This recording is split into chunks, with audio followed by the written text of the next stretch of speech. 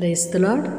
ప్రభువునందు ప్రియ సహోదరి సహోదరులారా, యేసుక్రీస్తు నామములో మీ అందరికీ శుభాలు తెలియజేస్తున్నాను. ఈ దినము దేవుని అమూల్యమైన మాటను బట్టి కృతజ్ఞతాస్తుతులు చెల్లించుదముగాక. కటాక్షించి నీ మీద జాలి పడుచున్నాను. అవును, దేవుని మాట. ఆయన మన ఎడల జాలి పడుతున్నాడు, జాలి చూపుతున్నారు, కటాక్షించి మనలను కనికరించి నడిపిస్తున్నారు. కనుకనే నేటి వరకు మనము ఈ రీతిగా ఆయన కృపలో నిలిచి ఉన్నామని కృతజ్ఞతాస్తుతులు చెల్లించదుముగాక.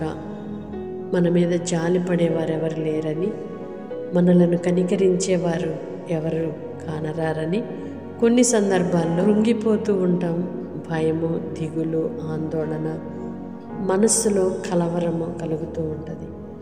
సాక్షాత్తు దేవుడే మన ఎడల జాలి పడుతున్నారు, కటాక్షించి అంటున్నారు. మనలను కరుణించి కటాక్షించి కృప చూపి ఇంతగా మన ఎడల జాలి పడుతున్న దేవునికి కృతజ్ఞతాస్తుతులు చెల్లించి బహుధైర్యముతోనూ విశ్వాసముతోనూ కృపతోనూ నిండుకొనిన వారమై దేవుని మార్గములలో నడిపింపబడుదుముగాక.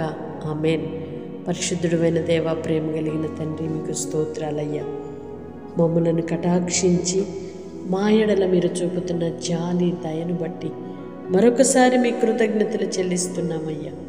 ఈ దిన దీవెనల చేత మీరు నింపి నడిపించి మీ ఘననామమునకు మహిమకరముగా నిలువమని వేడుకుంటున్నామయ్యా.